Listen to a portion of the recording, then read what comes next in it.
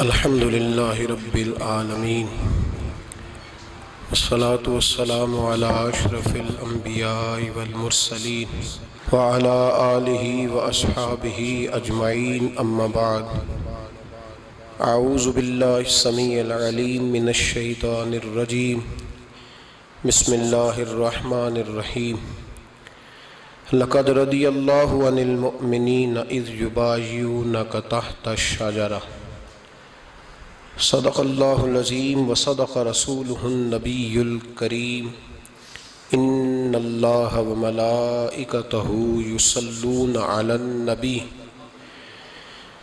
یا ایہا الذین آمنوا صلوا علیہ وسلموا تسلیما اللہم صلی علی سیدنا و مولانا محمد معدن الجود والکرم وآلہ وصحبہ وبارک وسلم۔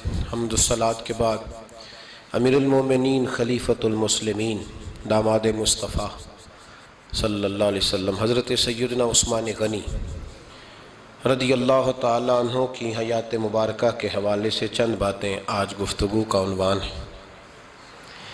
نبی کریم صلی اللہ تعالیٰ علیہ وسلم نے حدیبیہ کے موقع پر 9 ہجری میں عمرے کا ارادہ فرمایا تھا،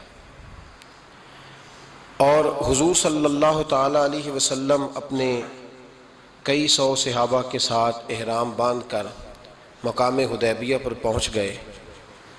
سفیر اس کو بنایا جاتا تھا جو بڑا سمجھدار اور زیرک آدمی ہوتا تھا۔ نبی پاک صلی اللہ علیہ وسلم نے اس موقع پر جس کو اپنا سفیر بنا کے بھیجا وہ حضرت سیدنا عثمان غنی رضی اللہ تعالیٰ عنہ۔ حضور نے انہیں سفیر بنا کر کے مکہ مکرمہ میں بھیج دیا، اور 2 ٹارگٹ دیے اپنے سفیر کو، 2 باتیں فرمائیں۔ فرمائے ایک تو جا کے مکے والوں کو بتاؤ کہ ہم جنگ کرنے نہیں آئے، اللہ کے گھر کا دیدار کرنے آئے، اور بڑے پرامن طریقے سے ہم طواف کریں گے، سعی کریں گے، عمرہ کریں گے، لوٹ جائیں گے۔ یہ ہمارا واحد ایجنڈا ہے، اس کے علاوہ کوئی پروگرام نہیں ہے۔ اور دوسرا انہیں یہ بتاؤ ان لوگوں کو جو ایک زمانے سے مکہ مکرمہ میں کفار مکہ کے ظلم سہ رہے ہیں، ہمارے وہ غلام جو یہاں بڑی تکلیف میں ہیں، ان کو یہ خبر دے دو، عثمان انہیں میرا پیغام دے دینا کہ اب تمہاری مشکلات کے دن تھوڑے رہ گئے، اب بڑی جلدی اللہ تبارک و تعالی دین اسلام کو فتح عطا فرما دے گا۔ حضرت عثمان غنی تشریف لے گئے۔ جب حضرت عثمان غنی وہاں پہنچے تو کفار نے آپ کو روک لیا۔ انہوں نے کہا کہ آپ رکیے، دیر ہو گئی۔ ادھر ابو سفیان نے حضرت عثمان غنی رضی اللہ تعالیٰ عنہ کو یہ کہا کہ ہم نبی پاک صلی اللہ علیہ وسلم کو اور ان کے صحابہ کو عمرہ نہیں کرنے دیں گے، آپ اگر چاہیں تو وہ سامنے بیت اللہ شریف ہے، طواف کریں، آب زمزم پئیں، حجر اسود پہ جائیں، مقام ابراہیم پہ جائیں، صفا مروہ کریں، آپ چاہیں تو کر لیں۔ تو حضرت عثمان غنی رضی اللہ تعالیٰ عنہ فرمانے لگے میں تڑپ رہا ہوں کعبے کے طواف کے لیے، لیکن میں بیت اللہ کا طواف اسی وقت کروں گا جب آگے آگے مجھے میرے مصطفیٰ کریم نظر آئیں گے صلی اللہ تعالی علیہ وسلم۔ لوگ آج پوچھتے ہیں کہ بغیر مدینہ شریف جائے حج مکمل نہیں ہوتا۔ میں نے کہا مدینہ شریف کے بغیر حج ہو جاتا ہے، پر مدینے والے کے بغیر نہیں ہوتا، اس لیے کہ حضور نے فرمایا صحیح مسلم میں خذوا عنی مناسککم، حج کے طریقے مجھ سے سیکھو۔ اللہ نے تو کہہ دیا حج کرو، تفصیل تو بتائی نہیں، تو اب آپ کو حضور سے سیکھنا پڑے گا۔ مدینے کے بغیر تو شاید حج ہو جائے، پر مدینے والے کے بغیر حج نہیں ہوتا۔ حضرت عثمان غنی رضی اللہ تعالیٰ عنہ آنے لگے میں طواف ضرور کروں گا، پر اس وقت کروں گا جب مجھے حضور آگے آگے نظر آئیں گے۔ ادھر ایک شخص نے حضور کی بارگاہ میں بھی کہا اپنوں کا نہ پتہ ہوتا ہے، دل بدست آور کے حج اکبر است۔ جو دل ہوتے ہیں نا، دل کو دل سے راہ ہوتی ہے۔ یہ کئی دفعہ جسم علیحدہ علیحدہ ہوتے ہیں پر یہ اکٹھے دھڑک رہے ہوتے ہیں۔ تو دل کو راہ ہوتی ہے. عرض کی یا رسول اللہ صلی اللہ علیہ وسلم عثمان غنی تو طواف کر رہے ہوں گے، صفا مروہ میں ہوں گے، بڑی موج ہوگی، آب زمزم کھول کے پی رہے ہوں گے. حضور نے سامنے والے کا چہرہ غور سے دیکھا، فرمایا عثمان کو تم زیادہ جانتے ہو کہ میں زیادہ جانتا ہوں؟ یا رسول اللہ آپ ہی زیادہ جانتے ہیں. فرمایا پھر فکر نہ کرو، عثمان میرے بغیر طواف نہیں کرے گا. بات ختم ہو گئی، میرے بغیر عثمان طواف نہیں کرے گا، ختم ہو. اب کسی نے افواہ پھیلا دی کہ حضرت عثمان غنی کو شہید کر دیا گیا. نبی پاک علیہ السلام تک بھی خبر آئی. حضور جانتے تھے ہمارا دل نہیں کرتا کوئی انتشاری بات کرنے کو، لیکن جب لوگ کرتے ہیں تو پھر دل کو تکلیف ہوتی ہے. اب یہاں سب نے لکھا ہے کہ نبی پاک صلی اللہ علیہ وسلم کو خبر ملی، حضور پریشان ہوئے، صحابہ کو مشورے کے لیے بھی بلایا، بیعت رضوان بھی ہوئی. اگر علم غیب ہوتا، یہ سارا کچھ نہ ہوتا. اور میں نے کہا خدا کے بندے، اگر حضور اپنا علم غیب اس وقت ظاہر کرتے تو حضرت عثمان کے لیے قرآن کی آیتیں نہ نازل ہوتی، اس بیعت کے تذکرے نہ ہوتے. ہر بات پہ لوگ معاذ اللہ تعالیٰ. اب دیکھیں نا یہاں یہ جملہ چھوڑنے کی کیا ضرورت ہے؟ تم قوم کو کیا دے رہے ہو؟ لوگوں کو کیا بتا رہے ہو کہ نبی پاک علیہ السلام اندھیرے میں بیٹھ کے فیصلے کر رہے تھے؟ کیا بتا رہے؟ آج انٹیلیجنس کی رپورٹس بتا دیتی ہیں کہ وہ فلاں کس طرح کا ماحول ہے اور آپ نے کس طرح کرنا ہے، تو تمہیں اپنی خفیہ ایجنسیوں کے مطابق تم فیصلہ کرو تو کہتے ہو ہم بھئی اندھیرے میں فیصلہ نہیں کر رہے، ہمیں رپورٹ ہے تو فیصلہ کر رہے ہیں. اور نبی پاک علیہ السلام کے بارے میں تم لوگوں کو یہ بتا رہے ہو کہ حضور اندھیرے میں فیصلہ کر دیتے تھے، پتہ ہی نہیں تھا. کس طرح کی بات کرتے ہو؟ میرے محبوب پاک علیہ السلام فرماتے ہیں کہ اللہ تبارک و تعالیٰ نے مجھے اس طرح کا علم عطا فرمایا ہے کہ جو تمہارے ذہن میں ہو مجھ سے پوچھو، میں فوراً تمہیں جواب دوں گا. لیکن لوگ اڑ گئے ہیں، کیا کیا جائے؟ اور عجیب فلسفہ ہے، یہاں بھی گرہ لگا دی. پتہ ہوتا تو یہ سارا. اور میں نے کہا خدا کے بندے اگر یہ سارا کچھ نہ ہوتا تو پھر یہ آیتیں کیسے نازل ہوتی؟ پھر صبح قیامت تک حضرت عثمان غنی کی عظمتوں کا کیسے پتہ چلتا؟ جب خبر ملی نا کہ حضرت عثمان غنی کو شہید کر دیا گیا تو حضور نے صحابہ کو بلایا، فرمایا آؤ میری بیعت کرو. حالانکہ بیعت پہلے ہو چکی، آؤ دوبارہ بیعت کرو. یا رسول اللہ کس چیز کی بیعت کرنی ہے؟ تو نبی پاک نے فرمایا میرے ہاتھ پہ بیعت کرو کہ ہم عثمان غنی کے خون کا بدلہ لیے بغیر یہاں سے جائیں گے نہیں.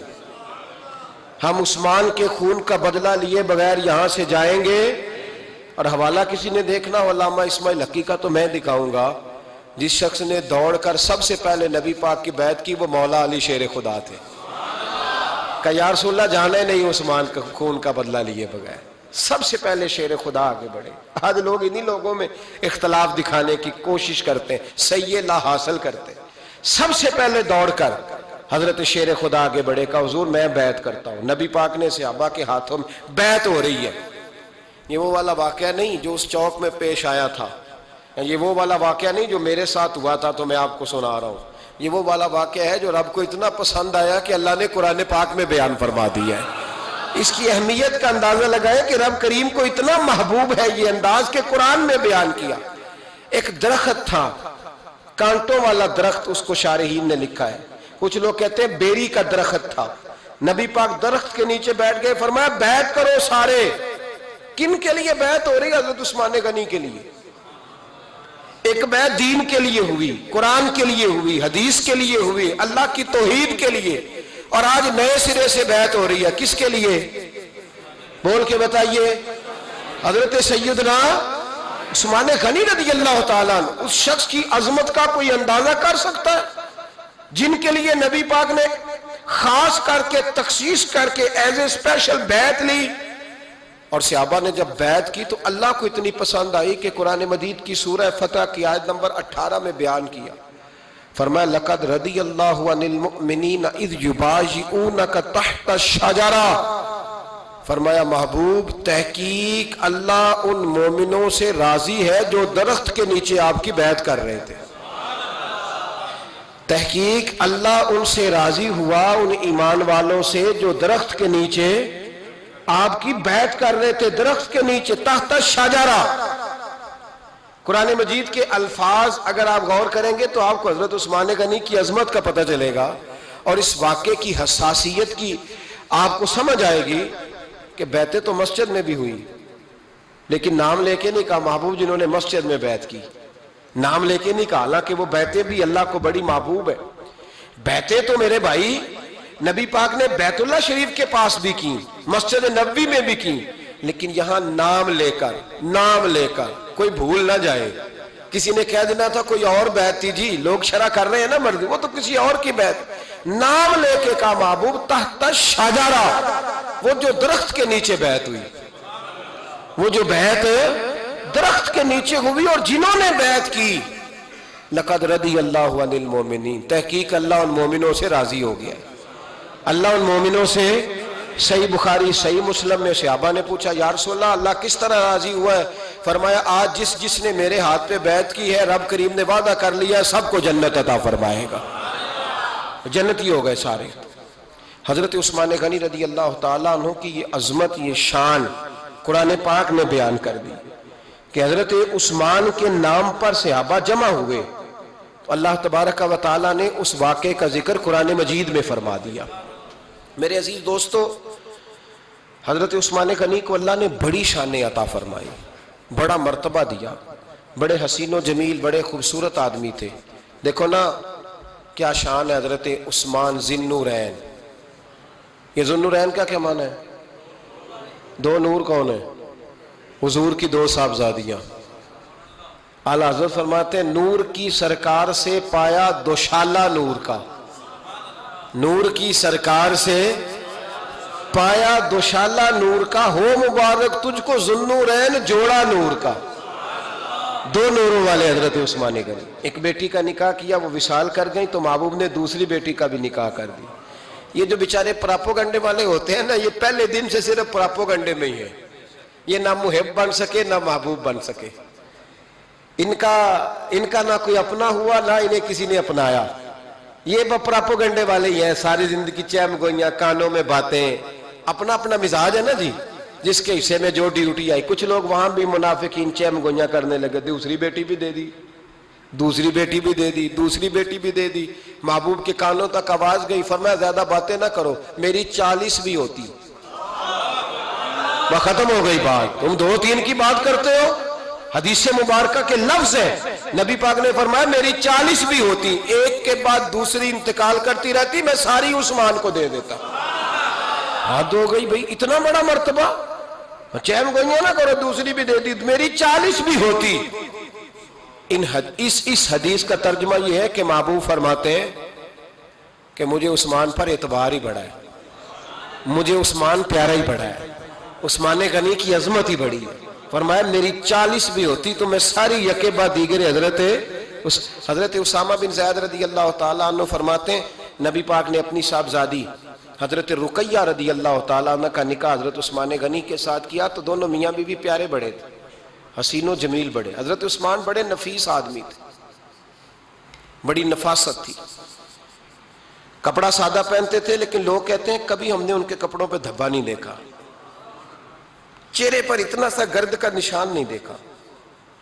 ہمارے ملک میں سب سے زیادہ خرچہ میک اپ کا آتا ہے، پتہ ہے آپ کو جی؟ اب اگلی جو بات کرنی ہے اس پہ اپنے آپ کو وقت کتنا دیتے ہو، سجنے میں، سورنے میں، تیار ہونے میں کتنا وقت لگاتے ہو. فرمانے لگے حضرت عثمان غنی اتنا تو ٹائم ہی نہیں ہے کہ اپنے آپ کو دیا جائے. تو قبر اتنے پیارے کیسے لگتے ہو؟ فرمانے لگے اپنی وجہ سے نہیں لگتا، حضور کی وجہ سے پیارا لگتا. کب وہ کس طرح؟ فرمانے لگے نبی پاک صلی اللہ علیہ وسلم نے ہمیں وضو دیا ہے. فرمایا ایک دفعہ وضو کر کے آئینے کے سامنے کھڑا ہوتا ہوں یوں لگتا ہے اللہ نے میرے چہرے کو پہلے سے زیادہ نور عطا کر دیا ہے.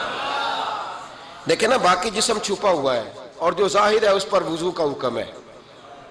ہاتھ ظاہر ہے تو وضو کر لو، پیر پردے سے باہر ہے تو ان کو دھو لو وضو میں، چہرہ پردے سے کپڑوں سے باہر ہے تو اس کو وضو میں. تو عثمان غنی فرماتے 5 وضو تو میں تازہ کرتا ہوں، پچھلا ہو بھی تو نئی نماز تازے وضو سے پڑھتا ہوں. اور فرماتے اگر میرا قرآن مجید کھولنے کا ارادہ بن جائے تو پھر وضو 6 بھی ہو جاتے ہیں، اور تہجد کے وقت اٹھوں تو 7 بھی ہو جاتے ہیں. فرماتے ہیں علیحدہ سے درود پاک پڑھنے بیٹھوں تو پھر 10-11 وضو بھی ہو جاتے ہیں. میں وضو کرتا رہتا ہوں تو اللہ تازگی عطا کر دیتا ہے. حضرت اسامہ بن زید حضور کے غلام زادے ہیں، فرماتے ہیں میں چھوٹا سا تھا تو نبی پاک کے گھر میں گوشت پکا تو سرکار کو 4 بیٹیوں سے بڑا پیار تھا. حضرت فاطمہ سے زیادہ ہے لیکن 4 بیٹیوں سے بڑی محبت تھی. حضرت رقیہ اور جناب عثمان غنی کے گھر میں اسامہ بن زید کہتے ہیں حضور نے مجھے سالن دینے بھیجا, میں چھوٹا سا تھا اور ابھی پردے کی آیتیں بھی نہیں آئی تھی, حکم بھی نہیں آیا تھا. کہتے ہیں میں سالن دینے گیا, واپس آیا تو میں نے ان دونوں کو بیٹھے دیکھا تو میں نے اتنے حسین میاں بیوی کبھی دیکھے نہیں تھے, اور میری طبیعت کھل اٹھی. فرماتے ہیں جب واپس آیا نا, سرکار نے میرا چہرہ دیکھا, میں نے تو بات کرنی نہیں تھی, حضور نے چھیڑ دی. فرمایا میری بیٹی اور داماد کو دیکھ کے آئے ہو؟ یا رسول اللہ دیکھ آیا ہوں. فرمایا ایسا حسین جوڑا دنیا میں کبھی دیکھا ہے؟ کہا یا رسول اللہ اللہ کی عزت کی قسم کبھی دیکھا ہی نہیں. یہ ظاہری حسن اللہ نے حضرت سیدنا عثمان غنی رضی اللہ تعالیٰ عنہ کو عطا. ایک بات میری یاد رکھنا, حسن ظاہر کا نہیں ہوتا, حسن ظاہر کا نہیں ہوتا, ظاہر کا میک اپ ہوتا ہے. حسن ہمیشہ باطن کا ہوتا ہے. جن لوگوں کے اندر معصومیت ہوتی ہے ان کے چہروں پہ بھی آئی جاتی ہے. کوئی نہیں سمجھ آئی شاید آپ کو. اندر اگر بندہ کڑوا ہونا, کسیلا ہو, چہرہ نہیں روشن ہوتا. اس کی دلیل حدیث میں موجود ہے. نبی پاک صلی اللہ علیہ وسلم سے صحابہ نے کہا یا رسول اللہ اللہ کا ولی کون ہوتا ہے؟ فرمایا جس کا چہرہ دیکھنے سے اللہ یاد آئے. تو ولایت کا تعلق دل سے ہے, چہرے سے نہیں. ولایت کا تعلق بولیے دل سے ہے, چہرے سے ولایت کا تعلق نہیں ہے. لیکن حضور نے دلیل کیا دی؟ چہرہ دیکھو تو اللہ یاد آئے. گویا محبوب نے فرمایا کہ دل اگر ولی کا ہو تو پھر اللہ تعالیٰ دل کی برکت سے چہرہ بھی نورانی عطا فرما دیتا ہے. چہرہ بھی نورانی. بہت سارے میں نے ایسے بزرگوں کو دیکھا جن کے رنگ گورے نہیں تھے پر نورانی تھے. ہمارے علامہ فیض احمد اویسی صاحب رحمۃ اللہ علیہ, میرے استاد گرامی, کا رنگ گورا نہیں تھا, لیکن جو بابا جی کو دیکھتا تھا فدا ہی ہو جاتا تھا. رنگ گورا نہیں تھا, گندمی تھا, لیکن کیا بات تھی چہرے کی معصومیت کی. تو یاد رکھیں حضرت عثمان غنی کے باطن میں جو حسن تھا, جو وقار تھا, وہ چہرے سے چھلکتا تھا. چند خوبیاں بڑی زیادہ تھی حضرت عثمان غنی میں, بہت زیادہ تھی چند خوبیاں. ایک بہت بڑی خوبی حضرت عثمان غنی کی جس کو نبی پاک نے بڑا چاہا, وہ تھا حضرت عثمان غنی کا سخی ہونا. مالا والے سخی نہیں ہوندے, مالا والے سخی ان کے پاس تو پیسہ وافر ہوتا ہے, کسی وقت 10,000 کا تعاون کاری دیتے ہیں کسی کے ساتھ, وہ سخی نہیں ہوتے. بھئی کسی ایک بندہ 1.5 کروڑ کی اسامی ہے تو کسی کو 20,000 کا تعاون کر دے, سخاوت تھوڑی ہے. کروڑوں روپیہ اس کے پاس پڑا ہوا ہے. مالا والے سخی, یہ میاں صاحب نے کہا ہے, مالا والے سخی نہیں ہوندے. سخیاں کل مال نہیں ہوندا, سخیاں کل مال ہے, اس لیے کہ جمع کریں گے تو رہے گا نا, وہ سخی جمع کرتا ہی نہیں. مالا والے سخی نہیں ہوندے, سخیاں کل مال نہیں ہوندا. ایتھے اوتھے دوویں جہان نہیں, سخی کنگال نہیں ہوندا. حضرت عثمان غنی رضی اللہ تعالیٰ عنہ فرماتے ہیں کہ جس دن حضور نے تبوک کے لیے جیش اسرا کے لیے اعلان کیا نا, تو حضرت عثمان غنی فرماتے ہیں کہ حضرت ابو بکر صدیق تو سارا مال لے آئے تھے, جناب عمر آدھا لے آئے تھے, مولا علی شیر خدا نے جی کھول کے دیا تھا, لیکن 800 گھوڑے بما پالان کی ضرورت تھی. یعنی 800 فوجیوں کا خرچہ, اپنے لفظوں میں بات کر رہا ہوں. فوجی کا خرچہ کیا ہوتا تھا کہ فوجی کا گھوڑا بھی چاہیے, گھوڑے کے ساتھ کجاوا بھی چاہیے, تلوار بھی چاہیے, نیزہ بھی چاہیے, تیر بھی چاہیے, لوہے کی جیکٹ بھی چاہیے. حضرت عثمان غنی کہتے ہیں نبی پاک نے اعلان کرنا شروع کیا. ایک دفعہ اعلان کیا تو میں نے کہا حضور 200 فوجی کا خرچہ میرا. تو نبی پاک نے دوسری دفعہ اعلان کیا تو کوئی اٹھا ہی نہیں. جنہوں نے دینا تھا وہ تو سارا کچھ پہلے ہی دے چکے تھے, کوئی اٹھا نہیں. کہتے مجھے بڑا عجیب لگا کہ میرے مصطفیٰ اعلان کریں. حضرت عثمان غنی فرماتے ہیں, شاہ ولی اللہ صاحب نے ازالت الخفا میں لکھا ہے کہ یوں پکڑ کے کہتے ہیں میں نے اپنا نا گریبان پکڑ لیا, عثمان تیرے نبی کو اعلان کرنا پڑ رہا. کہتے 1000 فوجی کا خرچہ چاہیے تھا, 1000 کا. عثمان کہتے تیسری دفعہ حضور نے اعلان کیا تو کہا یا رسول اللہ 200 اور ڈال لے. سنو سخی کس کو کہتے ہیں. حضرت عثمان غنی رضی اللہ تعالیٰ عنہ فرماتے ہیں میرے پاس کل خرچہ میرے پاس 800 فوجیوں کا تھا, میں سارا کچھ بھی گھر سے لے آؤں تو 1000 میں پھر بھی پورا نہیں کر سکتا تھا. لیکن جب نبی پاک نے چوتھی دفعہ کہا نا کہ اٹھو بھائی ابھی خرچہ چاہیے, عثمان کہتے ہیں مجھے لگتا تھا میرے گریبان پھٹ جائے گا. یار میرے محبوب کو اعلان کرنا پڑ رہا ہے, عثمان غنی فرماتے میں اٹھ کے کھڑا ہوا، میں نے کہا حضور اب آپ نے اعلان نہیں کرنا، آپ 1000 ہی میرے کھاتے میں ڈال دیں، میں سب کا بندوبست کرا دوں گا۔ فرماتے میں نے 200 فوجی کا خرچہ پکڑ دکڑ کے پورا کیا۔ 200 کا خرچہ، غریب اصل میں اللہ سے تجارت نہیں کرتا اس لیے امیر نہیں ہوتا، غریب اللہ سے تجارت کرے نا، اللہ سے اس کے رستے میں 200 دے کے 70 گنا کی امید رکھے یہاں بھی وہاں بھی، پھر امیر ہو جائے۔ یہ تجارت نہیں کرتا، یہ کہتا ہے اللہ کے رستے میں امیر خرچ کریں گے، میری نہیں ڈیوٹی۔ حضرت عثمان غنی کہتے ہیں میرے پاس 800 کا بندوبست تھا، میں نے 1000 کا دیا۔ حضور تشریف لے گئے، فرماتے ہیں جہاد سے جب واپسی ہوئی نا، ایک ایسا سودا تھا جس میں سے مجھے نفع کی امید ہی نہیں تھی، پر اللہ نے مجھے 11 گنا نفع عطا فرمایا۔ مالا والے سخی نہیں ہوندے، سخیاں کل مال۔ دیکھیں نا جنت البقیع، وہ والا قبرستان جس میں کوئی دفن ہو جائے تو نبی پاک کی سفارش کا حقدار ہو گیا، وہ والا قبرستان جس کا نام ہی جنت ہے۔ وہاں نا ایک یہودی اپنے جانور باندھا کرتا تھا، تو سرکار ایک دن اس طرف گئے تو واپس آئے، حضرت عثمان غنی قریب کھڑے تھے، نبی کریم صلی اللہ تعالی علیہ وسلم نے فرمایا عثمان اس جگہ کی طرف ذرا چکر لگانا، جگہ بڑی اچھی ہے۔ عثمان غنی گئے، جگہ خرید کے واپس آ گئے۔ حضور نے فرمایا ہوا ہے؟ عرض کی حضور خرید آیا ہوں۔ فرمایا میں نے تو چکر لگانے کا کہا تھا۔ کہا یا رسول اللہ آپ نے یہ بھی تو فرمایا تھا جگہ بڑی اچھی ہے، تو جس کو آپ نے اچھا کہہ دیا یہودی کے پاس تو نہیں نہ رہنی چاہیے، تو میں نے خرید دی۔ شرم نہیں آتی لوگوں کو۔ حضرت عثمان کے بارے میں بات کرتے ہیں، جس قبرستان میں سیدہ پاک بی بی صاحبہ حضرت فاطمہ الزہرا آرام کر رہی ہے، وہ زمین حضرت عثمان نے تحفہ دی ہے۔ حیا نہیں آتی بات کرتے؟ شرم نہیں آتی؟ یہ صدقہ سیدہ فاطمہ کا ہی ہے، انہی کے لیے اللہ نے تحفہ دیا، اور اس کے پیسے حضرت عثمان غنی نے ادا کیے۔ پھر اس قبرستان میں سیدہ پاک نے آرام کیا، پھر اسی قبرستان میں عثمان ابن مسعود نے آرام کیا، پھر اسی قبرستان میں حضرت حلیمہ سعدیہ لیٹی ہوئی ہے، اسی قبرستان کے اندر نبی پاک کی زوجہ سیدہ عائشہ آرام کرتی ہے، پھر اسی زمین پر میرے محبوب کے پیارے نواسے امام حسن آرام فرمائے۔ حضرت عثمان غنی رضی اللہ تعالیٰ عنہ کے بارے میں بات کرتے تیری زبان نہیں کانپتی؟ ان کو بات کرتا ہے جن کے تحفے اہل بیت نبوت نے قبول فرمائے، اور وہاں آرام کرنا انہوں نے پسند کیا، اتنا بڑا جرت بند ہو گیا تو۔ حضرت سیدنا عثمان غنی رضی اللہ تعالیٰ عنہ سخاوت کی تو کمال کر دیا حضرت عثمان غنی، اور پھر ضرورت سے زیادہ پیسے دے کے۔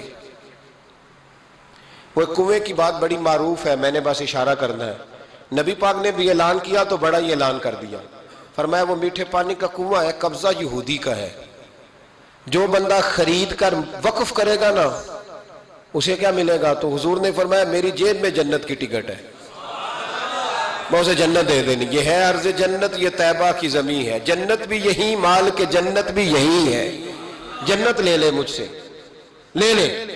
حضرت عثمان غنی گئے، اس کو کہا بھئی کنواں میرے ہاتھ بیچ دے۔ کنویں کی قیمت تھی 500-700 دینار،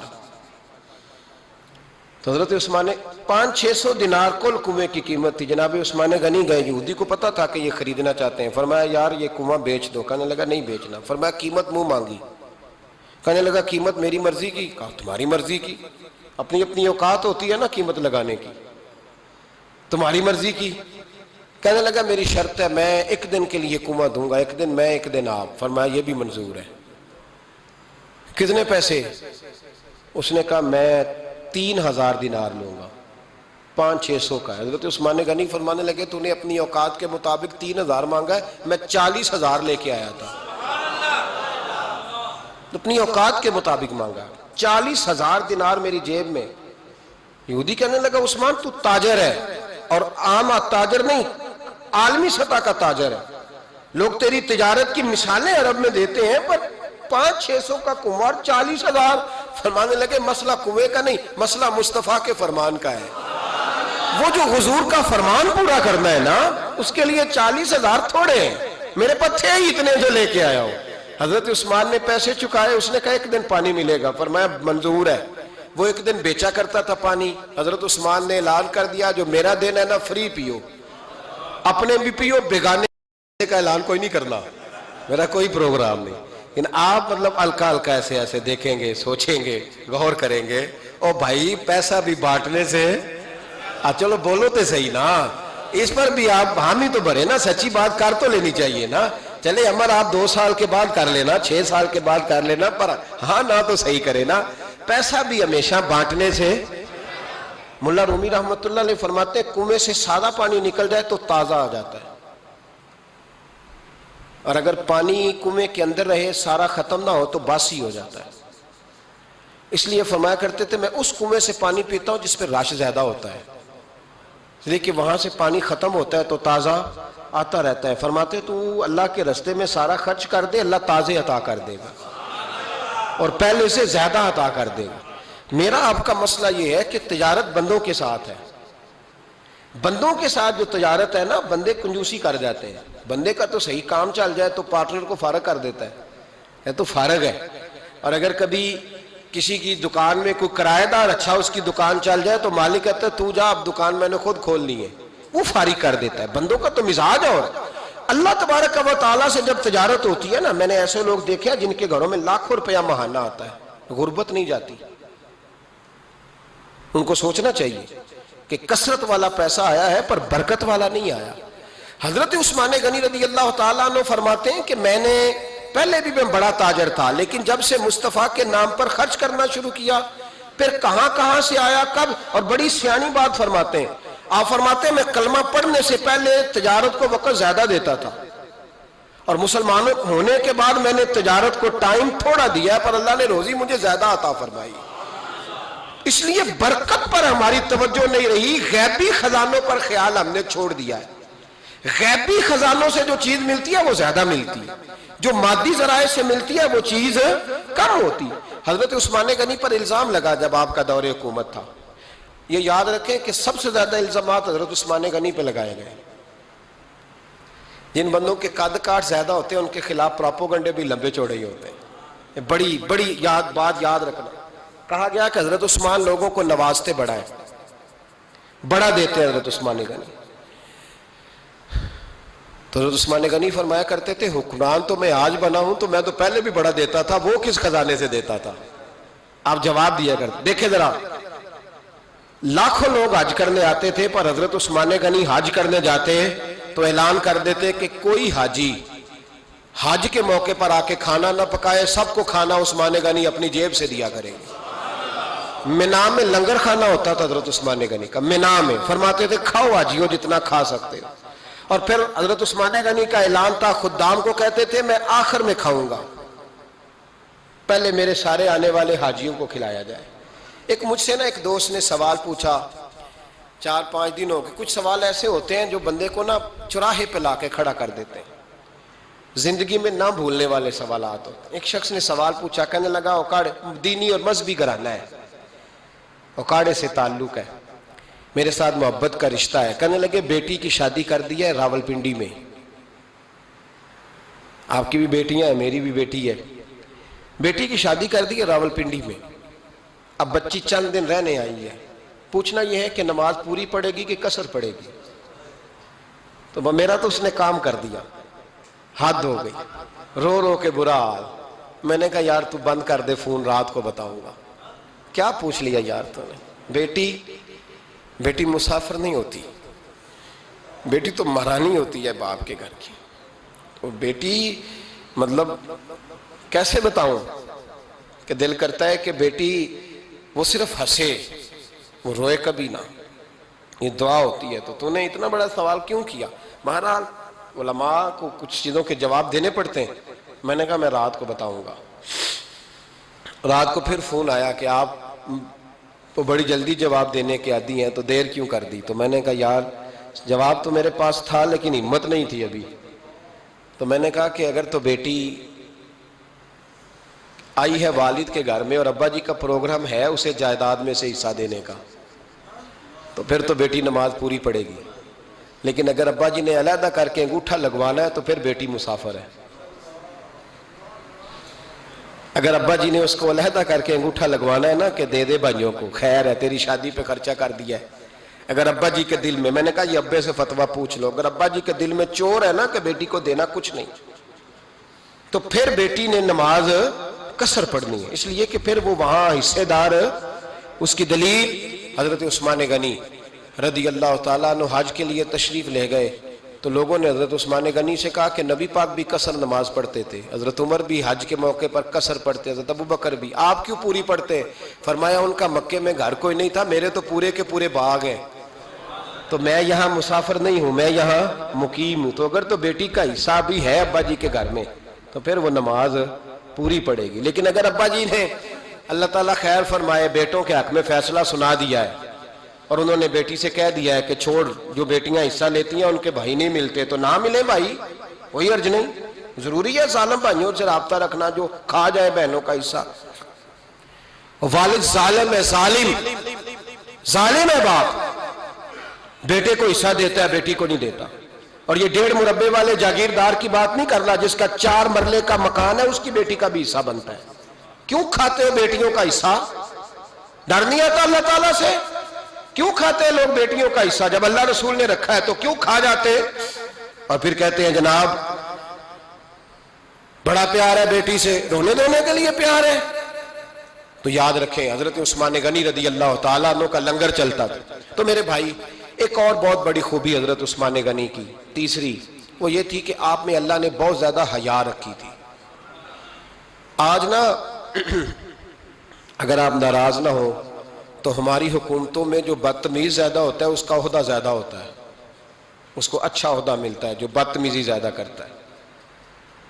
اور ہمارے ہاں نوجوان سمجھتے ہیں کہ کھل کے پھرنا، کھل کے کھانا، مرضی کا لباس پہننا۔ ہمارے ایک بزرگ فرمایا کرتے تھے جب سے پیسے لوگوں کے پاس زیادہ آئے ہیں لباس چھوٹے ہو گئے، پیسہ زیادہ آ گیا کپڑے جسموں پہ سکڑ گئے۔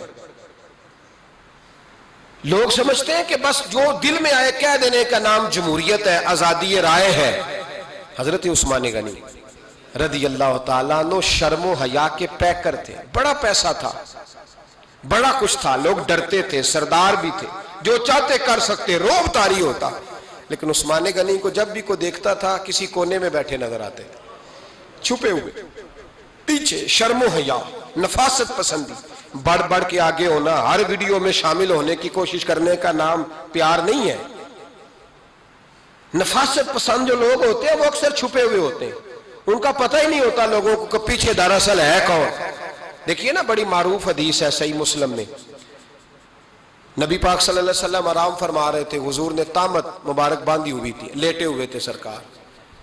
تو جب آدمی لیٹتے تھے نا، ہمارے بزرگ بھی جب لیٹتے ہیں تو تامت کو سمیٹا کرتے تھے تو گھٹنوں تک آ جاتی تھی، دیکھا نا آپ نے، گھٹنوں تک تامت آ جاتی جب لیٹتے۔ تو سرکار بھی لیٹے تھے، پردے کی ابھی آیتیں نہیں آئی تھی، دروازے پہ دستک ہوئی، حضرت عائشہ صدیقہ عرض کرنے لگے یا رسول اللہ میرے ابا جان جناب ابو بکر صدیق آئے۔ حضور نے فرمایا بلا لو۔ حضرت عائشہ کہتی ہیں وہ آ کے بیٹھ گئے، حضور لیٹے رہے، پھر دستک ہوئی، اب کون ہے؟ کہا سیدنا فاروق اعظم۔ کہا عائشہ آپ ساتھ والے حجرے میں چلی جاؤ۔ اماں جی وہاں چلی گئی۔ تھوڑی دیر کے بعد حضرت عمر آئے، حضور لیٹے رہے، جناب عائشہ کہتی ہیں پھر دستک ہوئی، اب کون ہے؟ فرمایا عثمان غنی۔ نبی کریم نے فرمایا اسے کہو ذرا ٹھہر جائے۔ حضرت عثمان ٹھہرے تو حضور اٹھ کے بیٹھے، تہمت مبارک کو ٹھیک کیا، پھر اپنے کرتے مبارک کو سیدھا کیا، پھر دستار کو سیدھا کیا، فرمایا اب بلاؤ عثمان غنی کو۔ حالانکہ جاہو جلال حضرت عمر کا زیادہ ہے، حالانکہ وقار مقام حضرت صدیق اکبر کا زیادہ ہے، اب بلاؤ عثمان غنی کو۔ حضرت عثمان غنی رضی اللہ تعالیٰ عنہ آئے، بیٹھے، بات چیت ہوئی، تینوں چلے گئے۔ حضرت عائشہ صدیقہ کہتی ہے میرے ذہن میں سوال رہ گیا، میں نے عرض کی یا رسول اللہ صلی اللہ تعالیٰ علیہ وسلم وہ دو لوگ آئے، آپ بیٹھے رہے، عثمان آئے تو آپ نے اہتمام کیا، کیا لفظ ہے، اور لفظوں میں تاثیر ہے، اور جملے دو کہے نبی پاک نے لیکن کتنا بڑا ان کا مرتبہ بیان کیا۔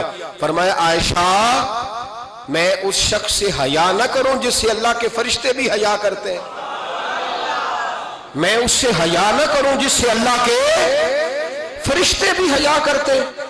حضرت عثمان غنی فرمایا کرتے تھے میں نے جب سے حضور کا چہرہ دیکھا ہے دوبارہ پلٹ کے اپنی شرمگاہ بھی کبھی نہیں دیکھی، گویا میں نے اپنی آنکھوں کا وضو نہیں توڑا جب سے حضور کا۔ فرماتے جب سے یہ ہاتھ نبی پاک کو بیعت کے لیے دیا ہے پھر گندگی میں نہیں جانے دیا میں نے سیدھا ہاتھ۔ حضرت عثمان غنی فرمایا کرتے تھے میں اپنے گھر کے اندر اپنے غسل خانے میں 4 دیواری کے اندر بھی کپڑوں سمیت غسل کرتا ہوں، مجھے حیا آتی ہے غسل خانے میں بھی کپڑے. اور سنو ایک اور بڑی بات اہم، آپ فرمایا کرتے تھے میری جو محرم عورتیں ہیں نا، محرم پھپھی خالہ، میری جو محرم عورتیں ہیں، فرمایا کرتے تھے میں نے کبھی ان کے بھی چہرے آنکھ بھر کے نہیں دیکھے، ان کے بھی چہرے کبھی میں نے آنکھ بھر کے نہیں دیکھے. جو میری محرم عورتیں ہیں پھپھی خالہ، فرماتے تھے ان سے بھی جب بات کرتا ہوں تو میں چہرہ جھکا کے. ہمارے ہاں تو کزن ایک دوسرے سے سلام لیتے ہیں، لڑکیاں لڑکے کزن ایک دوسرے سے سلام لیتے ہیں. بچیاں آیا کرتی تھی تو میری کبھی کبھی مجھے بتایا جاتا تھا، میں نے ایک پابندی لگا دی، بچیاں جب مدرسے میں آتی تھی کہ جو دور سے بچی آئے اس کو جس آدمی کا نام لکھا ہو بتایا جائے وہی لینے آئے. ایک دن مجھے اطلاع دی گئی کہ آپ تھوڑی دیر آئیں. میں گھر گیا تو مجھے بتلایا گیا کہ ایک بچی ہے تو اس کو جو پہلے لینے آتا تھا وہ نہیں آیا، کوئی اور آیا. میں نے اس کے بھائی کو فون کیا کہ آپ لینے نہیں آئے. کہنے لگے یہ کزن ہے ہمارا، اس کے ساتھ بھیج دیں، آپ ہمارا ہی کزن ہے، خالہ زاد ہے. میں نے کہا یار آپ کہاں ہو؟ کہنے لگے مجھے 20-25 منٹ لگ جائیں گے. تو میں نے کہا ابھی کلاسیں بھی جاری ہیں تو آپ ہی آ جانا خود ہی. کہنے لگا سب آپ بھیج دیں، مجھے اعتبار ہے اس پہ. میں نے اس کو ایک بات کہی جو آپ کو بھی کہتا ہوں، میں نے کہا یار تمہیں اعتبار ہے تو اللہ رسول کو اعتبار کیوں نہیں؟ انہوں نے کیوں غیر محرم بنایا ہے؟ عجیب تماشا ہے. مجھے پھپھی ذات پہ، خالہ ذات پہ، ماموں ذات پر اعتبار ہے، نبی پاک کو کیوں نہیں؟ آپ کو زیادہ پیار ہے لوگوں سے یا نبی پاک کو امت سے زیادہ پیار ہے؟ کیا مطلب تماشا ہے؟ کیا مزاج بنا لیا میں نے اور آپ؟ نبی پاک نے ایک شخص پر اعتبار نہیں کیا، فرمایا اس سے پردہ کرو. آپ نے اور میں نے کیسے کر لیا؟ نبی پاک نے خالہ ذات، پھپھی ذات، دیور پر، جیٹ پر، سالے پر، بہنوئی پر اعتبار نہیں کیا، پابندی لگا دی. تو نے کیسے کیا؟ تیرے دل میں زیادہ درد ہے، تو زیادہ دین کو سمجھنے لگا ہے، انسانیت زیادہ اچھل آئی ہے تیرے اندر. اعتبار کیا ہوتا؟ یاد رکھنا دنیا میں جتنے گھر تباہ ہوئے ان لوگوں کی وجہ سے نہیں ہوئے جن پر اعتبار نہیں تھا، ان کی وجہ سے ہوئے جن پر اعتبار تھا. گھر کا بیٹی لنکا ڈھائے، باہر والے آ کے کبھی بھی گھر میں کوئی نقب زنی نہیں کرتے، جب بھی کرتے ہیں اعتبار والے کرتے. میرے رسول پاک علیہ السلام کی وہ ازواج جن پر اللہ کو اتنا اعتبار ہے کہ رب کہتا ہے میرے محبوب کی بیویوں تمہاری جیسی دنیا میں دوسری ہے ہی کوئی نہیں. اللہ کو اتنا اعتبار ہے. لیکن ایک نابینا صحابی آئے تو حضور کی 2 ازواج بیٹھی تھی تو نبی پاک نے فرمایا پردہ کرو. یا رسول اللہ وہ تو نابینا ہے. فرمایا تمہیں تو نظر آ رہا ہے نا، تمہاری آنکھیں تو کھلی ہوئی ہیں. حضور کو اعتبار نہیں تھا. بس کر دیں. سب سے بڑا ظالم وہ ہے جو کہتا ہے مجھے بیٹی پہ اعتبار ہے. وہ ظالم ہے، وہ اپنی بیٹی کے ساتھ ظلم کر رہا ہے. جو کہتا ہے مجھے اعتبار ہے، کالج جا رہی ہے، یونیورسٹی جا رہی ہے، اکیلے آ جا رہی ہے، مجھے اعتبار ہے. یہ ظلم کر رہا ہے بچی کے ساتھ. وہ تو بچی ہے، اس کا تو ذہن کمزور ہے. ہو سکتا ہے صاف دل ہو لیکن سامنے جو شیطان چوکوں میں گلیوں میں دائیں بائیں گھوم رہے ہیں وہ تو صاف دل نہیں ہے نا، وہ تو معصوم طبع نہیں ہے نا.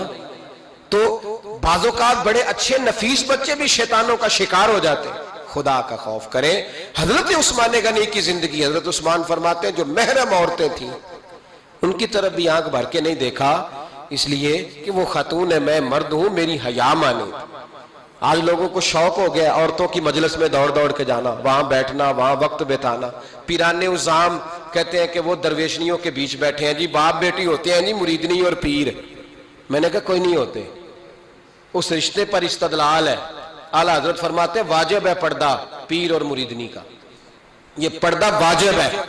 اگر کوئی شخص اس طرح بے پردہ بیعت لے گا، بیچ میں بیٹھے گا تو اس کا تو مرید ہونا ویسے ہی حرام ہے، جائز ہی نہیں ہے. جو سارا دن تویز دھاگے کے لیے بیٹھا رہے اور بیویوں سے گفتگو کرتا رہے. خدا را حضرت عثمان غنی رضی اللہ تعالیٰ عنہ کی زندگی میں جو باتیں ہمیں بہت زیادہ ملتی ہیں ان میں نفاست ہے، آپ کی حیا ہے، سخاوت ہے. ایک بات اور سن لیں، بڑا ستایا گیا حضرت عثمان غنی کو، پراپوگنڈے کیے گئے، آپ کے خلاف مہم چلی. عبداللہ ابن سبا نے بڑی مہم جوئی کی آپ کے خلاف. یہودیوں نے مسلمانوں کا روپ دھار کر بڑا آپ کو ستایا، تکلیفیں دیں. جی آپ اپنے رشتہ داروں کو بڑا دیتے ہیں. فرمایا کرتے تھے جیب سے دیتا ہوں، مال خزانہ سے نہیں دیتا. حضرت عثمان غنی رضی اللہ تعالیٰ عنہ کو بڑا ستایا گیا. یہ واحد خلفائے راشدین میں خلیفہ ہے جن کا 40 دن پانی بند کیا گیا، کھانا نہیں آنے دیا گیا. لیکن کمال ہستی حضرت عثمان غنی کی. مولا علی جیسے شیروں نے جا کے کہا آپ اشارہ کریں، یہ جو آپ کے خلاف نکلے ہوئے ہیں تو ایک تلوار سے مار دیے جائیں گے. تو حضرت سیدنا عثمان غنی فرمانے لگے میں وہ والا مینڈا نہیں بننا چاہتا جس کی وجہ سے مدینے کی گلیاں رنگین ہو جائیں. امن کا کہا آپ خلافت چھوڑ دیں. فرمایا حضور نے کہا تھا اللہ تمہیں ایک قمیض پہنائے گا، لوگ اتارنا چاہیں گے تم نے اتارنی نہیں. صبر سے، حوصلے سے، اطمینان سے. یہ وہ واحد ہستی ہے حضرت عثمان غنی جنہوں نے شہادت قبول کر لی لیکن تلوار نہیں چلنے دی، لوگوں کو ایک دوسرے کے گلے نہیں کاٹنے دی. وہ شخصیت ہے حضرت عثمان غنی کی. لیکن بڑا ستایا گیا، بڑا پراپوگنڈا. مجھے بتائیے اس کے بارے میں اللہ قرآن کی آیتیں نازل کر دے اور جس کے بارے میں مصطفیٰ کریم ایک بار نہیں تین بار جنت کی بشارت عطا کر دے. کوئی بندہ ہمیں تاریخ بتائے، حوالے دے، کہانیاں سنائے تو ہم اس کی کہانیاں دیکھیں گے یا نبی پاک کا فرمان دیکھیں گے؟ بولیں جا کے، بولیں جا کے. کسی کہانی پر کبھی بھی کان. بس ایک حدیث میں نے بڑی دفعہ سنائی ہے، پھر سناتا ہوں، ترمذی میں ہے. نبی پاک جنازگاہ تک گئے جنازہ پڑھنے. یا رسول اللہ فلاں آدمی انتقال کر گیا. جنازگاہ تک تشریف لے گئے جنازہ پڑھانے، لیکن جنازگاہ تک پہنچ کر محبوب نے فرمایا اس کا جنازہ نہیں پڑھانا. یا رسول اللہ کیوں؟ فرمایا اس لیے کہ یہ عثمان غنی سے بغض رکھتا تھا. تو حضور تو اس کا جنازہ نہیں پڑھتے. خبردار کسی داستان پہ کان نہ دھریں. عقلیں دوڑاتے پھرتے ہیں لوگ، ایسے ہوا تھا تو ویسے ہوا تھا تو اس نے کہا تھا تو اس نے کہا تھا. ہمیں اس کی اس کی نہیں خبر، ہمیں تو مصطفیٰ کا پتہ ہے. جو حضور نے جن کی شان بیان کر دی ان کی شان پر ہم کسی تاریخ کا حوالہ مزید ضرورت محسوس ہے. بس اپنی طبیعت میں سادگی اور صفائی پیدا کریں، سخاوت پیدا کریں، حیا پیدا کریں. یہ حسن ہے. اس حسن کو حضرت عثمان غنی نے تقسیم کیا ہے. اللہ سمجھنے کی توفیق عطا فرمائے. آخر دعوانا